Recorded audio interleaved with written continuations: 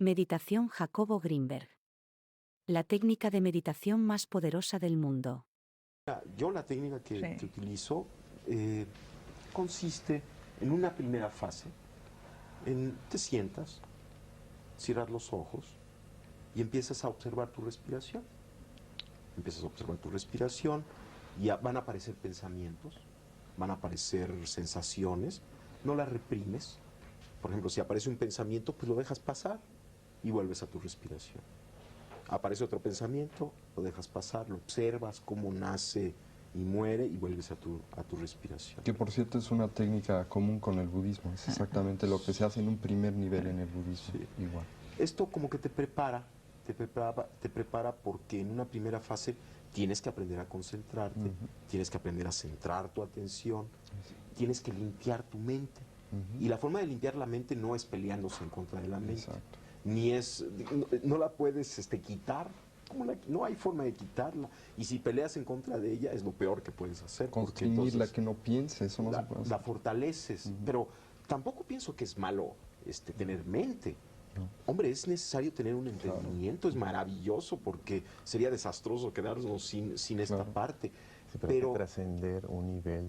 Claro, pero esta mente que nos molesta, estos pensamientos repetitivos, yo pienso que sí hay que limpiarlos, y la forma de limpiarlos es aceptarlos, paradójicamente es aceptarlos y dejarlos pasar, y dejar que afloren y que afloren y que afloren hasta que llega un momento en el que empiezan a calmarse, y entonces uno puede fundirse con la respiración, estar en ese punto. Bueno, esa es una primera fase de la técnica. Una segunda fase consiste en empezar, por ejemplo, a observar tus pensamientos, tu cuerpo, tus sensaciones, unificar tu cuerpo, recorrer tu cuerpo, observar parte por parte, ir sintiendo, aceptando, sin pelearte en contra de tu cuerpo, sin juzgarlo, sin analizarlo, sino simplemente, por ejemplo, después de que estás en esta respiración ya concentrada, empiezas a sentir la parte alta de tu cabeza, las sensaciones táctiles, las sensaciones de la superficie.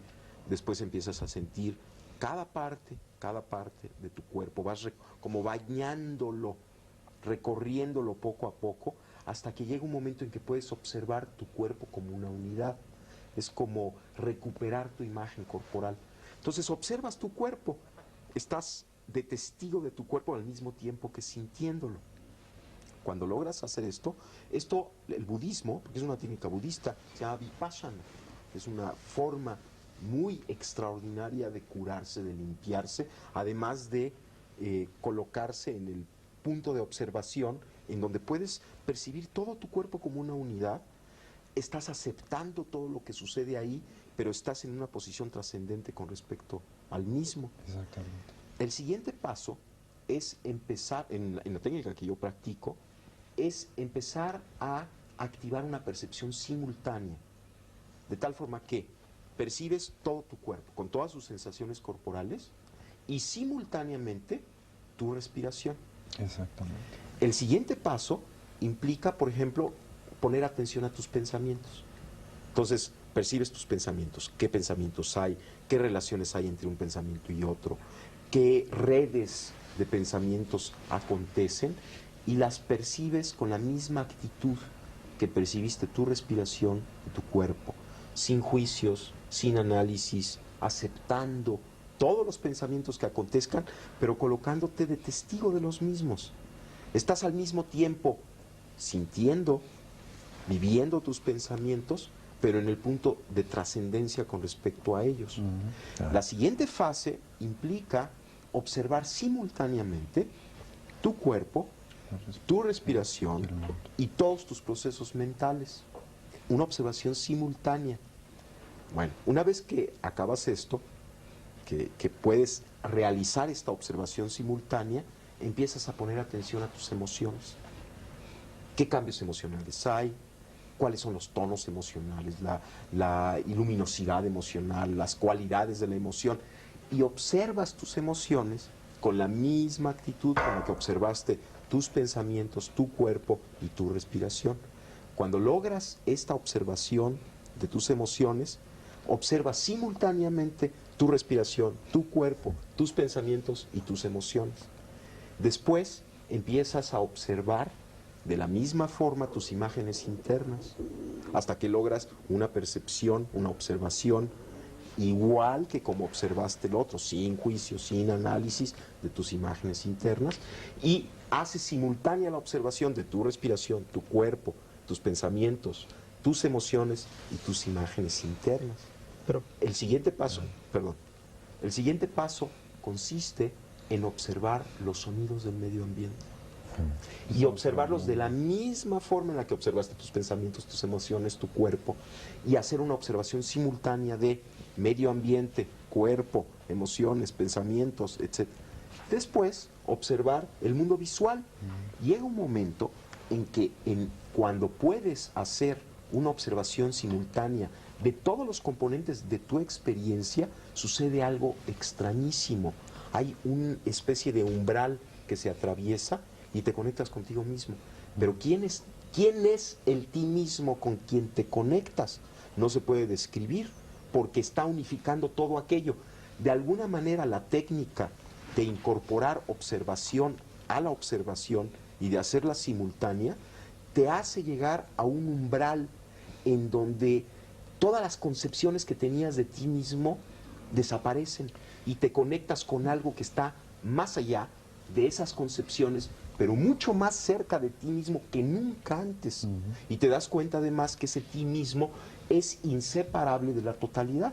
¿Y qué es la Pero ¿Y qué es la totalidad? todo eso son condiciones de laboratorio, Exactamente. condiciones de control. Yo voy más allá, que son válidas y perfectamente útiles, pero yo voy más allá. Es que la conciencia se puede buscar también en la observación diaria de cualquier evento que a nosotros nos sucede. Pero perdón, es exactamente lo mismo. Sí. Bueno, en el sí. momento en que logras la observación del mundo visual, del mundo auditivo, de tu cuerpo, Entonces, estás puedes en integrar. cualquier lugar, en cualquier situación, y estás observándolo desde el mismo punto de referencia. Lo único que, No es lo condiciones único de que se laboratorio. dice es que si no hay un proceso previo de capacidad de atender, entonces en lugar de atender, en lugar de observar, nos estamos yendo con las cosas. Un poco lo que decía Jacobo para profundizar nada más una cosita. Yo diría que más bien de lo que se trata es de trabajar sobre el tema educativo, Sí, porque claro. me parece que el niño tiene la frescura suficiente, la capacidad suficiente en un sistema educativo idóneo para ver todo esto como una cosa totalmente natural. De acuerdo. La forma en la que el niño percibe la realidad es totalmente instantánea y directa. Entonces estamos hablando y estamos dando la sensación o la imagen de que necesitamos este proceso. Y posiblemente lo que necesitemos no es este proceso, sino no degradar una capacidad natural que tenemos desde que llegamos al mundo y que podemos ir ampliando progresivamente. Pero es otro tema. esto depende. Perdona que diga, pero como este programa lo hacemos para personas que deben estar hechas una ruina, entonces casi Claro. mejor Pero es que no hablemos de damos la niños. impresión de que Sí, necesitamos no, para adultos, digamos, mejorarnos. estábamos contando un Eso poco es. la historia. Me perdonáis, pero Carlos Ortiz que no ha dicho Me su gustaría parte mucho en este tema. continuar con el simbolismo, ¿no?, de San Juan de la Cruz. Es importante aclarar que en ese proceso de separación estamos hablando de todo, del desapego, de la desidentificación. Para poder observar está uno desapegándose, salir de uno mismo, ¿no? Dice San Juan de la Cruz en su poema. Para eso hay que hacer la noche oscura del sentido, es decir, de los sentidos, de las emociones Que tranquiliza. que se da en la meditación. O se puede dar instantánea, porque hay que hablar de la meditación momentánea e instantánea, vamos a decirlo así, ¿no? Se tiene que dar la noche oscura del entendimiento, o sea, se ve la realidad sin juicio, y ahí se entra la percepción directa. Ahí está. Por eso hay que hablar de ese tipo diferente de meditación, pero que hay que entrenarla en el laboratorio, como dices, en la meditación de sentado, ¿verdad? Y se da la noche oscura de la memoria, o sea, de ubicarse en el aquí y el ahora, olvidarse del pasado y olvidarse del futuro, así tiene que ser, ¿no? Y también la noche oscura de la voluntad, en cuanto a esa suspensión momentánea de esa voluntad reactiva, ¿verdad? Se suspende de pronto, por un momento. Entonces, ya nos ubicamos en dos tipos de meditación, una que es de sentados, ¿verdad?, donde se nos va a facilitar ese entrenamiento de ¿qué? De hacer noche oscura de todo nuestro cuerpo y mente, para podernos salir, es decir, desapegarnos. Con ese entrenamiento ya podemos ir a la realidad con los ojos abiertos, ¿verdad? Y estar practicando esa observación de silenciarnos, ¿no? Instantáneamente y ver el mundo, ¿no? Ahora, Don Rodolfo, yo quería preguntarle, ¿tiene usted más facilidad que la gente que estamos educados en esta vorágine occidental e intelectual, digamos, que el resto? Usted y personas como usted. Bueno, en el aspecto de la meditación no lo hacemos nosotros tan complicado ni nada, ¿no? Es una forma sencilla y natural. Perdone, pero es que a lo mejor usted no lo necesita. Es que hay un fin el que sigue el chamán, desde un principio, ¿no? El chamán piensa en el aspecto de nosotros, ¿por qué quiero ser chamán? ¿Por qué quiero conocer esto? ¿Para qué lo quiero? ¿Para qué lo necesito, no? Entonces viene el desprendimiento del ego. O sea, lo necesito y lo quiero para servir a los demás, para darles a los demás, para participar en la vida activa de la sociedad, pero inculcando una nueva idea de la desintegración del materialismo. ¿Pero solo con este fin o va más allá? El fin también de llegar a la evolución, el fin de alcanzar mayores niveles de conciencia, el acercamiento, como decirlo, a Dios, ¿no? De llegar hacia Dios. El chamán en México se basa mucho sobre la filosofía o la doctrina del Maestro Jesús de Nazaret, ¿no? Amar al prójimo como a ti mismo. Entonces seguimos todos los principios de ello. Si vamos a hacer una cosa, la vamos a hacer con todo el amor debido para que salga bien. Si no tenemos esa capacidad de amor, pues no podríamos hacer nada. Si lo hiciéramos por el dinero, lo hiciéramos por los obsequios, o lo hiciéramos por todo ese tipo de cosas, o porque se nos corresponda con agradecimiento y esas cosas, pues no sería seguir esa enseñanza. Entonces lo hacemos con el fin de alcanzar el tesoro propio de la satisfacción de dar por dar. ¿Son ustedes capaces de acelerar la práctica de otra persona? Pues todo depende también de la persona que quiera recibir este tipo de enseñanza, ¿no? Pudiéramos decirle. Ninguno de nosotros somos maestros. Todos siempre estamos aprendiendo de todos. Yo estoy aprendiendo mucho de ellos. Pero en diferentes grados. Pues digo, siempre yo me considero siempre un discípulo de todos mis amigos, de todas las personas con las que trato. Él ha tocado un tema importantísimo que no podemos que no podemos soslayar, es el tema del amor. Hablamos de conciencia, pero conciencia sin amor o con amor. Es que si no hay amor, si nos limitamos solamente a definir la conciencia como una cualidad perceptual o como una cualidad de testimonio, atestiguadora, estamos dejando atrás o estamos olvidándonos de algo que es fundamental. es que la verdadera conciencia requiere amor. O sea, desde el punto de vista budista, cuando hablamos de amor, hablamos de la motivación. ¿Qué es lo que motiva al guerrero espiritual, al bodhisattva, ¿no?, a actuar en el mundo? Lo motiva el poderse relacionar con él. Pero aquí hay algo muy importante desde el punto de vista de la tradición budista, que la motivación es fundamental, el querer ayudar, el querer aportar nuestro conocimiento en pro o en beneficio del prójimo. Esto es fundamental. Pero otro de los temas muy importantes que tenemos que tocar es que no es suficiente el querer ayudar, hay que saber ayudar, porque si no, lo único que vamos a hacer es contribuir con nuestro caos personal al mundo. O sea, mucha gente quiere ayudar, pero muchas veces interpretamos ayudar como el imponer nuestros sistemas, nuestras resoluciones, nuestras soluciones al prójimo, cuando pueden ser completamente erróneas para él. Y esto es muy importante. Por eso la conciencia, como decía José, es fundamental para el amor. Y el amor es fundamental para la conciencia. O sea, hay que conocer para amar. Hay que conocer para amar y hay que amar para conocer. Y este amar para conocer es lo que el budismo narra en el hecho de que nuestra realidad no existe como cosas, entidades, sustancias o eventos aislados, sino que todo en la realidad está interconectado. esto es obvio, no es de descubrir el hilo negro. Es el hecho de que si estamos aquí es porque hay unas cámaras, unos operadores de las cámaras, hay un auditorio, está usted que conduce el programa, en fin, hay miles de causas y circunstancias que hacen posible el hecho de que las personas que nos están viendo nos puedan ver. Entonces, lo que yo hago en este estudio afecta a millones de personas, pero al mismo tiempo lo que ellos piensan de este programa afecta a este programa, ¿no? Entonces, mi motivación tiene que ser poder ayudarlos a ellos. ¿Cómo? Agradándoles para que el programa pueda existir, ¿no? En otras palabras, este conocimiento de cómo existen las cosas, esta sabiduría, esta conciencia, que es esta interrelación, me brinda amor, porque obviamente cuando me doy cuenta que todo está interpenetrado, que todo se interrelaciona, me tiene que interesar todo, porque si no me interesa todo, tampoco me puede interesar yo. Es un poco lo que el Dalai Lama dice que es el egoísmo educado o el egoísmo sabio, a diferencia del egoísmo estúpido. Es el quererme ayudar sabiendo que para poderme realmente ayudar tengo que ayudar a todo lo demás. Y esto es muy importante. Pero sí quería hacer esta aclaración. Estoy de acuerdo completamente con lo que hemos dicho, pero que no es suficiente querer ayudar. Hay que saber ayudar, porque si no, se corre muchas veces el peligro de, a la manera, por ejemplo, medio oriental, de querer imponer al infiel lo que está bien, porque esto lo va a liberar, ¿no?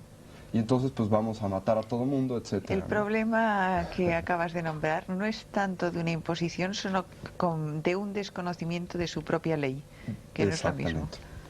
¿Eh? Yo quisiera decir algo. Yo me refería a un umbral. En esta observación simultánea tiene toda una base o explicación fisiológica este umbral. Y es algo muy espectacular el llegar a él, porque cuando se llega a él hay un cambio en el sentido de que ya no se quiere, y aquí un poquito difiero de lo que acaban de decir mis compañeros, ya no se quiere ayudar o no ayudar, ya no se acompaña la conciencia del amor, sino que se vuelve lo mismo. Pero esto ya es un paso muy evolucionado. No hay ni conciencia ni amor, simplemente hay esta realidad. El ser. Pero aquí ya y es hablas de todo amoroso, sí. no tiene una cualidad de amor añadida, sino que es lo mismo. Pero ahí estás hablando ya de la iluminación en sí.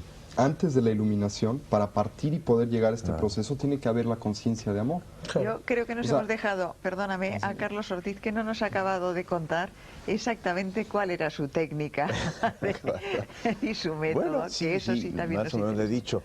En pocas palabras, la noche oscura de San Juan de la Cruz, la noche activa, ¿verdad? La noche activa, es suspender el diálogo interno. Simplemente. Simplemente suspender el diálogo interno, suspensión de procesos intelectuales, incluso emocionales, ¿no?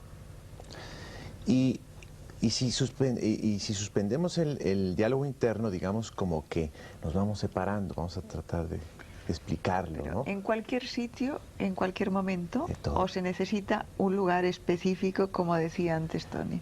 El hacerlo en un lugar específico va a reforzar esa posibilidad. Pero hay que comprender que lo importante es ya sacarlo a la acción, ¿no? A veces se olvida eso. Ocurre mucho que se mediten sentado, pero después el diálogo interno empieza. Entonces, eso va a reforzar a la clave de todo, que es suspender el diálogo interno. Entonces, en la vida salimos a suspender, a parar el mundo, porque es tan difícil eso, suspender el diálogo interno, que es parar todo un mundo, es parar todo nuestro mundo que traemos aquí. Y se va dando, curiosamente, ese proceso como de separación conforme vamos suspendiendo el diálogo interno, hasta que vamos quedando separados. Es decir, ya después estamos ya observando. Al observar, paramos el diálogo interno, hacemos noche oscura, ¿no? Y hasta que ya nos quedamos en los dos, por decirlo de alguna manera. ¿Qué significa eso? En el momento en que uno ya está trabajando la meditación constantemente y está consciente de todo lo que está ocurriendo. ¿Qué ocurre ahí? Ya desde que empieza a suspender el mundo, el diálogo interno, esa mecanicidad de nuestros pensamientos y nuestras acciones, se empieza el ver, que es la contemplación en el místico. Ya empieza a ver uno los significados profundos de la existencia. ¿Por qué? Porque ya está uno en la percepción directa del mundo. Antes uno veía con el filtro, decía don Juan, que estábamos siempre un paso atrás, ¿no? Porque entre entre yo y el mundo está la descripción que tengo en mi cabeza. Entonces estoy viendo el mundo a través de un filtro, ¿no? Entonces hay que apagar ese filtro a través de la suspensión del diálogo interno. Ya veo directamente, ¿verdad? Hay la percepción directa y ya estoy como dividido, lo cual me va a llevar a la larga a un proceso impresionante que me va a permitir ir conciliando los opuestos de la vida. O sea, ya si logro mantener esa posición de meditación activa, de estar en dos lugares al mismo tiempo, como dice don Juan, estar en el lugar del conocimiento silencioso y de la razón al mismo tiempo, si mantengo esa posición, se empiezan a conciliar los opuestos de la vida y empieza uno a ver la vida de otra manera. Así es. Yo Es un quería poco saber... la paradoja que yo mencionaba Sí, antes al de principio. la conciencia de doble vía. Ahora, yo quería preguntaros una cosa. La ¿Una paradoja. mayor adquisición de conciencia es de alguna manera un mayor desarrollo energético? ¿Hay una relación entre conciencia y energía? ¿El proceso de aprendizaje genera una mayor energía en el individuo o un mayor despliegue? ¿Y hay una relación Pero ¿desde qué punto de vista quieres? energético, Desde el punto de vista fisiológico, por ejemplo. biológico? Bueno, si el desarrollo de la conciencia implica una expansión de la misma, como parece ser que lo implica, Bien, ¿no? Y por lo tanto, evidente. la expansión de la conciencia implica que cada vez te abres a mayores y mayores realidades, las haces tuyas, dejas de estar separado de mayores y mayores realidades, y en eso es la expansión de la conciencia. O sea, tu conciencia primero era la consecuencia o la consideración de que tu yo estaba restringido a tu cuerpo. a Yo no tu me estoy personalidad. refiriendo solo a esto, ¿eh? Yo me estoy refiriendo a niveles energéticos Sí, sí. concretos. Sí, ahí voy. Sutiles. Entonces, si la expansión de conciencia implica el incorporar lo que antes era externo a ti como parte de ti mismo, ¿sí? Si esto es así, entonces definitivamente